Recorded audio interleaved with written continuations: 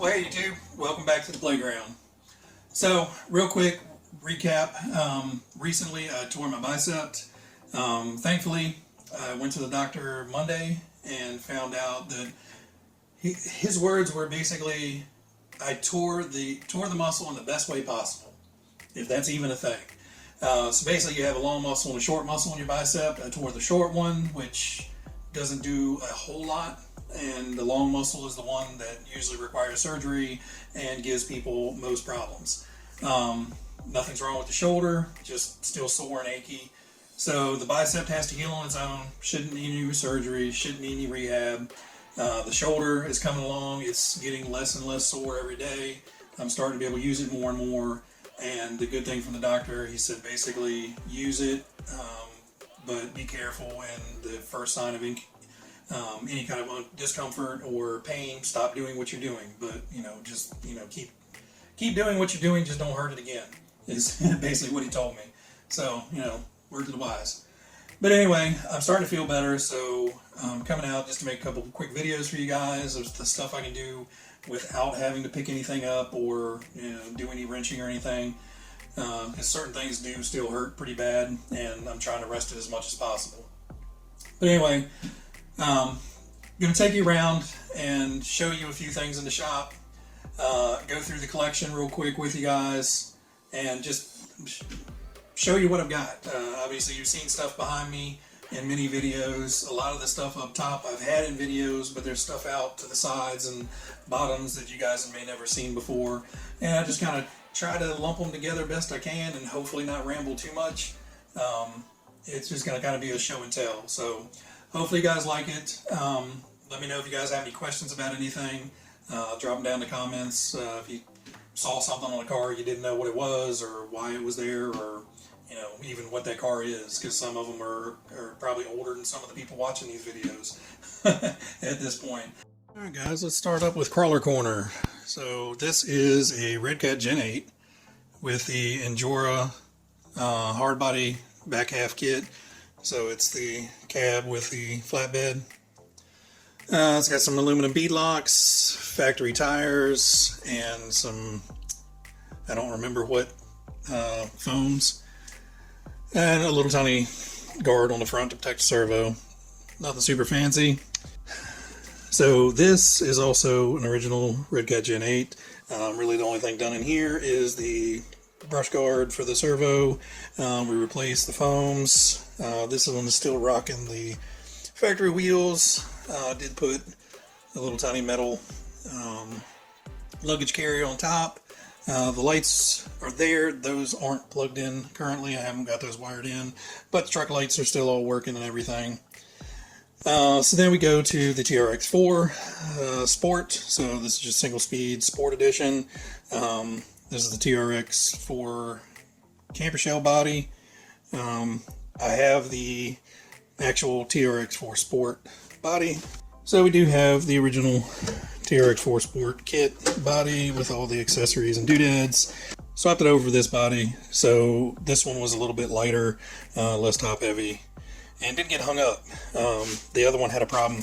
You're sliding you'd be sliding the body up against a tree or something, and it would hit part of it and kind of bind up. So this one's a whole lot smoother, works a little bit better. Obviously I haven't had it out too much because there's very few scratches on it.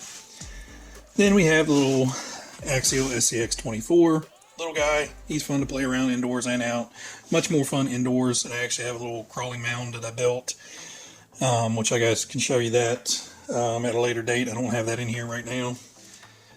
Other crawlers. So we're going to kick it old school and go back to a really old custom built crawler. So this is 90% all custom work.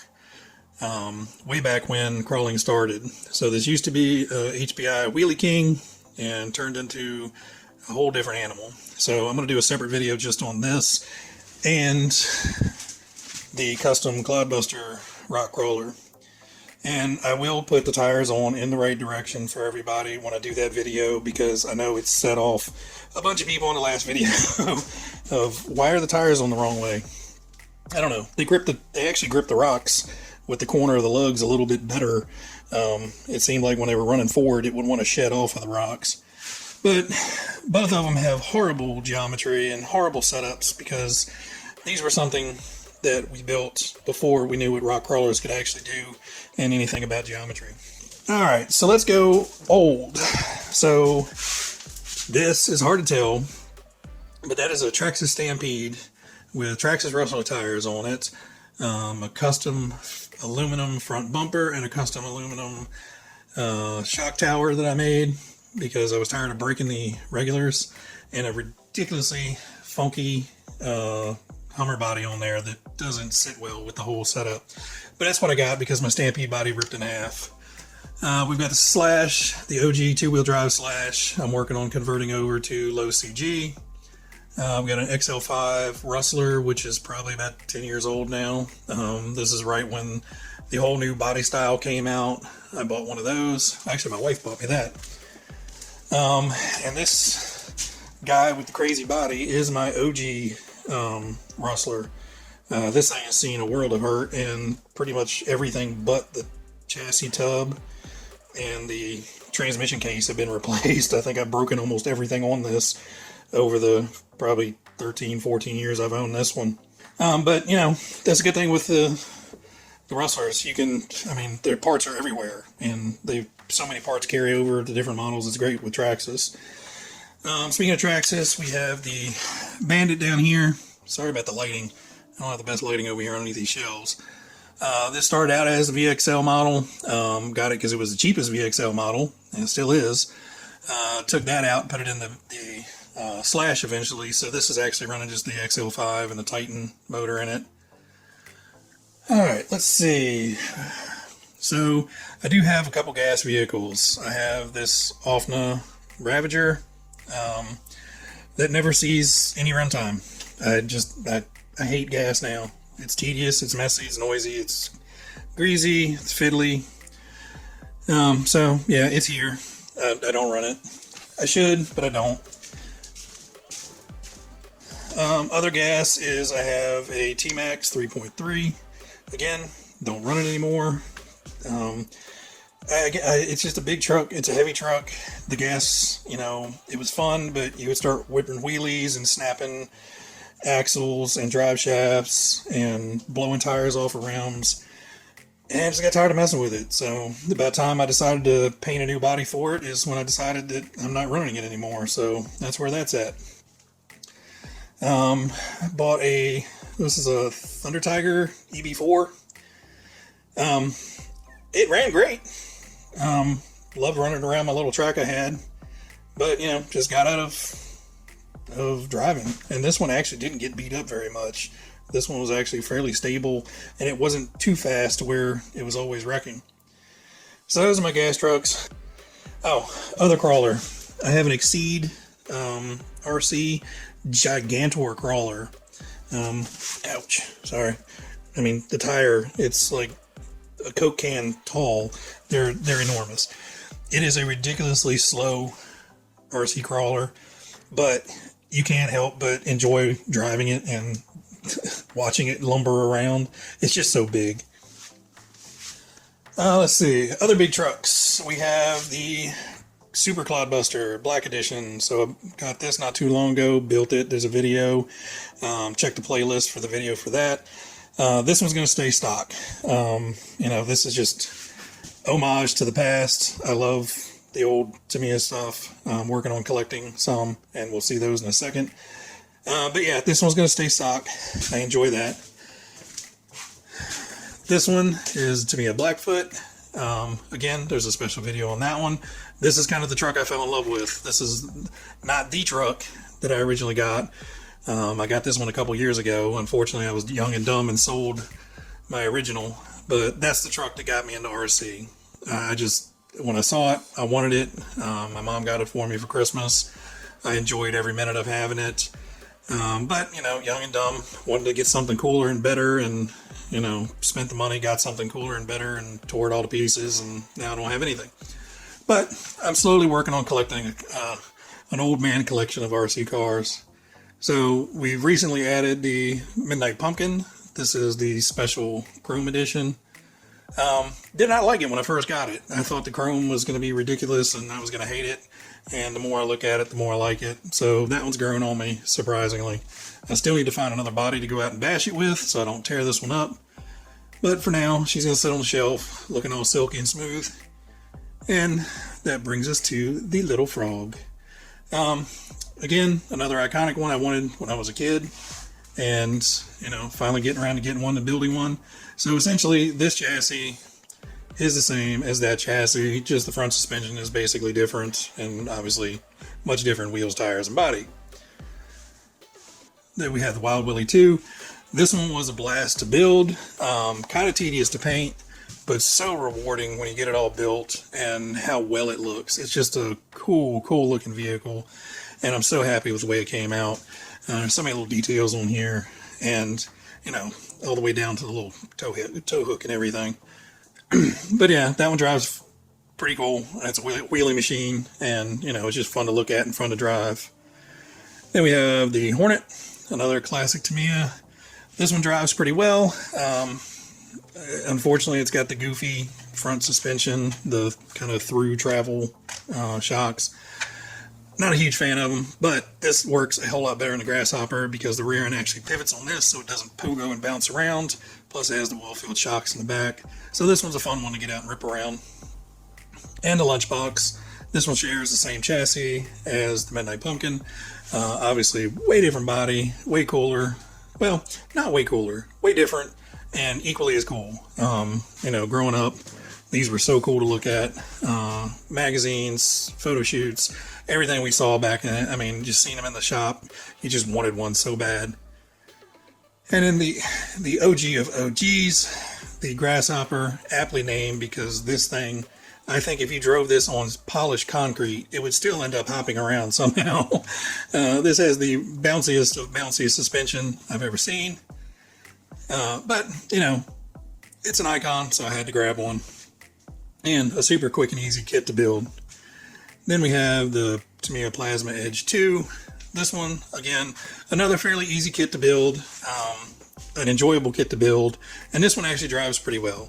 I enjoyed driving it. I think the biggest thing with this one is it just did not seem to turn.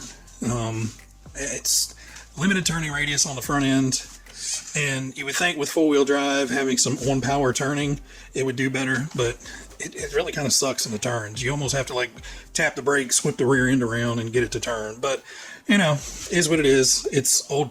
It's not a brand new vehicle. Well, it is, but it's not brand new technology. Obviously, they designed this back in the 90s, so they were working with what they had. And then we have the Tamiya Rising Fighter. Recently built this on a trip down to the beach. Took it out on the sand, played with it. Pretty much all of these cars I have videos on, so you guys can check them out. Go back to the playlist and check them out. But yeah, this guy was a little ripper in the sand. He was fun. Bouncing and bouncing all over the place, just pogo stick shocks and, but out there on the sand, kicking up roosts and stuff, it was a blast to drive. Pavement was a totally different story, and thankfully I had an RC driver sticker to put over the ginormous gouge I took out of the silver sticker on the front, because this got tossed over a couple times just because it's so bouncy on the pavement. The springs are rather stiff on this, and it just, any little crack or bump, it just sent it right over. But, again, it's classic Tamiya, so I wasn't expecting, a Cadillac ride out of it, but it is a fun little buggy. Then we have the Mustang. This is the GT4 Tamiya Mustang. I did not go box art with this. I painted it this blue, and I'm really, really glad I did. I was super excited once the blue came out. Got the black on the hood and all the stickers and everything. This one's a blast to drive. I appreciate it's fast, but it's not too fast. I am not an on-road guy. I would love to. I think drifting's awesome. I have all the admiration in the world for the guys that can do on-road with their reflexes. That's just not me. So moving on, we have this is a Trinity T-Spec with a Mazda 3 or a Mazda 6 body on it, a Speed 6 body. This one's kind of out of commission. This one's going to be a shelfer for the rest of its life. But the Trinity T-Spec was a spec racing on-road car, so pretty much everybody ran the same car, same motors, same batteries, same tires, and it was up to you to win the race. But they were super cheap, kind of entry-level kits that you could on-road, and so I bought it, immediately put some drift tires on there and started sliding it around, and I've had this guy for years. Another car I've had for years is this Duratrax Delphi Indy car. If you want a challenge to drive something, find one of these on eBay. Tuning this guy to take off in a straight line and drive well took a lot of patience. It's got a 3-shock rear end. It's got a graphite or some kind of woven chassis. I'm not sure exactly what. It's definitely not carbon fiber. It could be FRP or something like that. But it's a flat chassis here. Yeah, flat chassis with a T-plate in the back. You had 3 shocks in the rear, your main shock in the center, and 2 outboard shocks. And you would literally have to tune those outboard shocks to get it to track in a straight line under power. This thing was a donut machine. Even though it's got those huge wide rear tires on there, it was a pretty hard compound and would just donut for days. So that was a challenge to drive, but they were always a blast to get a couple of those out in the parking lot and bash around with. And then we have the old school Losi Mini Tees. I've got one in the truck body and one in the buggy body. There's really no difference between the two. It's just the buggy body was made to literally fit exactly as close as it could to every bit of the truck interior to turn into a buggy.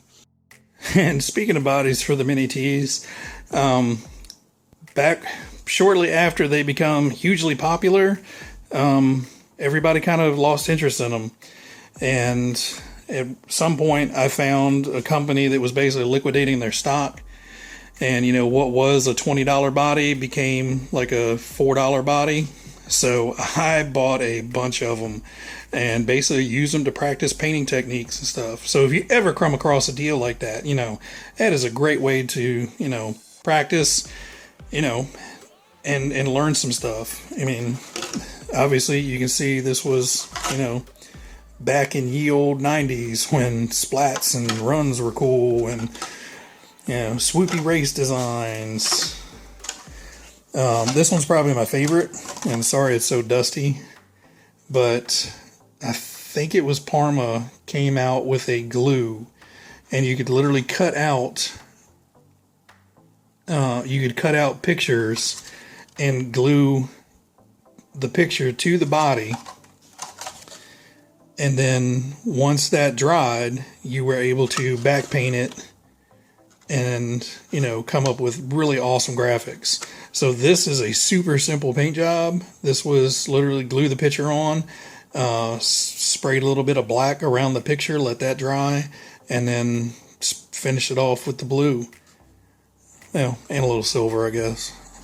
But okay, put a little fade on the rear. Just practicing. Cool, man, shredding, bro.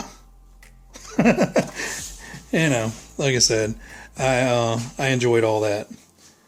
So with the Mini Tees, they also came out with the Micro Tee. So you can see how much smaller that guy is. So these little guys, these were almost too big to run indoor. And a little too powerful. You'd leave black marks on the tile and stuff. Mom would get all over you. These guys were perfect indoors. It's super quick, super agile, fully proportional. So these guys would charge. You could have a wall charger to charge it.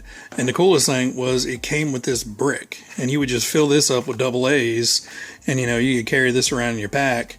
And when the car died, you just pop the battery off, plug that in there. The light would come on. As soon as the light went off, you were back and ready to roll. This guy, I actually recently replaced the battery in this, and it is actually a runner now. So I do go in and harass the cats with that from time to time. But, so we have the Mini T collections. Let's see. Okay, we do have the Armor Granite. We just recently bought, this is the 550 Mega, so this is the brushed version. And there's a video on that as well. Actually, there's two videos on that. There's the first video where I got it and ran it the first time, and then a video where we ran into some overheating issues and how we overcame that. So check those out as well. This little guy was a Sportworks Chaos, and I will take it out so you can see a little bit better. Mix it in with among all the little bodies. So this was a tiny little nitro buggy. And honestly, this was probably the best running nitro car I ever had. For having such a teeny tiny little motor, it ran great. The biggest problem is it ran for about 2 minutes and then it was out of gas. So I went ahead and I made a custom mount and installed a 540 motor in here because, you know, why not?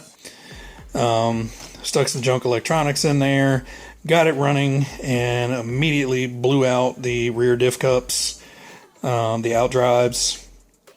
So I've been on the look for those. So as soon as I can find some, I will get this thing back and running.